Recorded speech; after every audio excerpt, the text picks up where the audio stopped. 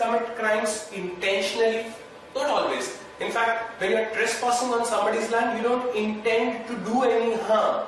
But the very act of yours proves that you are guilty. Right? But intention in some cases is necessary. So basically, when we talk about tort laws, we are talking about protection against things like carelessness or negligence.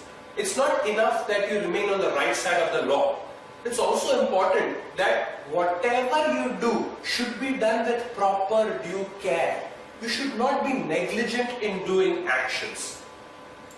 So, there are certain general defenses. There are certain things which you can plead for to prove that you are either not at fault, or even if there was the wrongful act committed by you, you still can escape the punishment. There is some justification for what you did. So let us take a look at certain general defenses which can be used. First is volenti fit non injuria, which literally means voluntary taking of a risk. Now, what exactly do you mean by volenti fit non injuria? Certain activities are such which are inherently dangerous.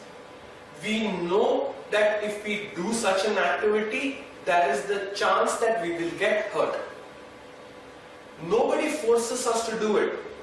If we voluntarily undertake such an activity, then any risk associated with that activity is also ours. We cannot blame somebody else for it.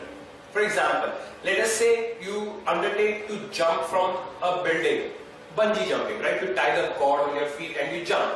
Now, if you do not follow the proper instructions, or let us say follow the instructions, you jump, but the cord, it jerks violently, and because of that you suffer some sort of bone dislocation or something.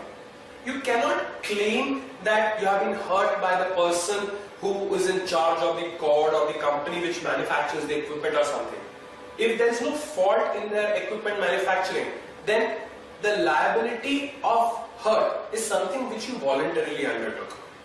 Or let us say if you are in a boxing match and two people are boxing and your opponent jabs you and breaks your nose. Now, you cannot claim that you have been hurt by the opponent and hence you wish to take and sue him in the court of law, because it is known that such injuries are common in the sport of boxing. And there is that famous case, right? During a proper boxing match, one of the famous boxers, he just leant across and bit the ear of his opponent. In that case, can we claim volenti fit non injuria? No. Volenti fit non injuria is applicable when the kind of injury which is normally associated with that particular risky action takes place. For example, the bruises and scrapes that you get because of boxing, because of the fist hitting you on the face or something is normal and expected. But biting somebody's ear off is not a part of boxing. It is never to be considered a normal injury in course of the sport. And hence, in that case, one cannot claim volenti fit non injuria. Classic examples which are generally asked in entrance examinations are, let us say that you are sitting in a cricket stadium, you are watching a match, the batsman hits a sixer, the ball flies and lands on your head. In that case, can you claim any sort of compensation from either the sports people, the batsman or the cricket team or the management of the stadium? The answer is no. You voluntarily purchased the ticket, sat in the stadium. And when you are sitting to watch a match in a cricket stadium, it is very much expected that a ball may come and land amongst the audience. In fact, many of us would actually wish that a ball landed on us so that we can catch it. The point I am trying to make here is, by purchasing a ticket for a seat in the stadium, you are voluntarily taking the risk of being hurt by a ball. So in case a sixer hit in the audience comes and hits you on the head, you cannot claim any injury compensation because the principle of volenti fit non injuria applies. But on the other hand, let us say one of the fielders who's standing near the audience gets provoked for some reason or for apparently no reason, just picks up the ball and throws it into the audience and it hurts you. Now, the fielder is not supposed to throw the ball at the audience, and if he has done, then yes, liability exists. you cannot apply a defense of warranty if it non-injury. So this is the first defense, right? If you voluntarily undertake a risk, then you alone are responsible for whatever damage you may suffer as an outcome of that risky activity. If the plaintiff, and the term plaintiff means the person who complains, so the person who brings the case in front of the courts is the plaintiff. Now, if the hurt which you have suffered is a result of your own wrongdoing, obviously you cannot claim compensation for that. Let us say I get cut, my hand gets cut because of a broken piece of glass, and I decide to sue the house owner on whose window pane I hurt my hand.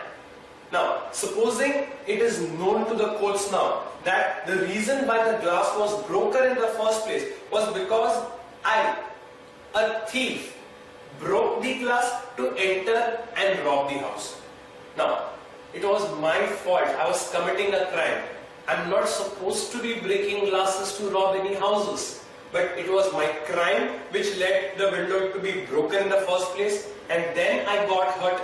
So, I myself am the wrongdoer, and my wrongdoing led to the consequences of my injury. So, it would be illogical to claim any sort of compensation because here me, the plaintiff, is the wrongdoer. Now, there are a lot of anecdotes and stories out there on the internet which you may read where thieves who have broken into houses actually sue the house owners for any injury of theirs and win the case. But most of these cases are generally cases which are anecdotal in nature. They may not be true cases. Anyway, have fun reading them. Okay. Certain things are inevitable. You cannot foresee them, and however amount of reasonable care you take, you cannot avoid them. In such a case, you can have the defense of inevitable accident. You can say, as a reasonable man, I took as much care as possible. In spite of all this, the accident took place. In fact, the word accident itself means something which you cannot have foreseen, something which just happened. So if it was an unavoidable, an inevitable accident, something which in spite of all due care could not have been prevented, then you can use it as a defense for yourself. Vis major or force majeure or act of God is a classic defense. In fact, a recent movie, the Paresh Rawal starrer OMG, Oh My God, is a classic example where students have now started understanding what is meant by an act of God, right? But for a particular thing to help you defend yourself using act of God or vis major or force majeure, certain basic conditions have to be met. Like, first, the injury must be caused by the effect of natural forces. Things like either an earthquake or a typhoon or a cyclone or a whirlwind or tsunami. These are things which are caused by nature.